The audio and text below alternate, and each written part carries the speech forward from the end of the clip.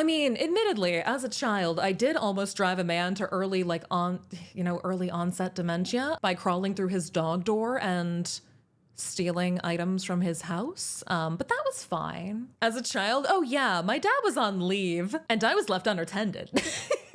My mom was a bad parent, you guys. I'm gonna be real with y'all. It was great. Not the first time I was through the dog door, not the last time in my life. There's been like a couple other dog doors. There's been 2 instances in which I have decided to infiltrate a home via the dog door. Do any VTubers have good childhoods? I had a pretty good childhood. Yeah, you can have a good childhood and be a content creator. Can you be neurotypical and be entertaining? That's a tricky one. I think you have to be a certain degree of fucked up in the Chrome Dome to just do this. Yeah, there's something that has to speak to you and go, so I'm delusional enough to think I can be good at this, but not delusional enough to be like, I'm the best. It's balanced delusion. So you gotta be a little wacky up there to do this in the first place and go, yeah, I can be a movable anime person on the internet and entertain hundreds. Yeah, that'll work perfectly. We've got this in the fucking bag.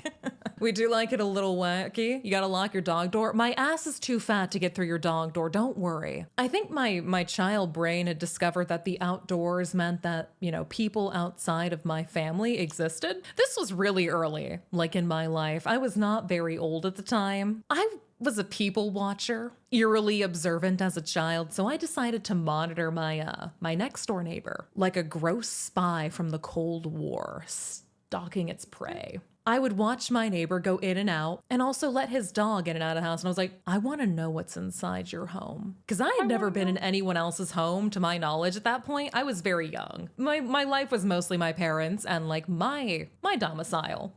So I was curious about how other people lived. So I crawled through that man's dog door, and I don't know what possessed me to start taking things, but I think there was something that just possessed me to catalog and understand this man. So I stole his VHS remote. I think that was the first thing I stole. And I would put things in my mouth because I had to crawl out the dog door on all 4. So I would put it in my mouth and just crawl out. And then I'd go back to my house and I'd put them in like my toy bin in the very bottom drawer and just like stuff it in there. And this would be like my treasure trove for the next, couple of months as I just, once or twice a week, learned this man's schedule of when he was home, when he slept, and like when I could get away with not being caught because he always left the dog door unlocked. This was the early 90s. Accidental stalker. What yeah, the hell? I was a little too inquisitive. I was a little too inquisitive. And I started stealing things like, I stole a pickle fork, by the way. Didn't know what that was as a child. I was just like, that looks nifty. Oh, the best one, the one that really fucking topped it off is, there was a note. My dad told me this later. I didn't know what was on it at the time. It was a phone number this guy had gotten like a couple nights back at a bar. And it was on his coffee table, and I took that. I took that man's booty call number, and I put it in my drawer. The one and you ruined it. And I put it in my drawer. I can't believe you indirectly cock-blocked him.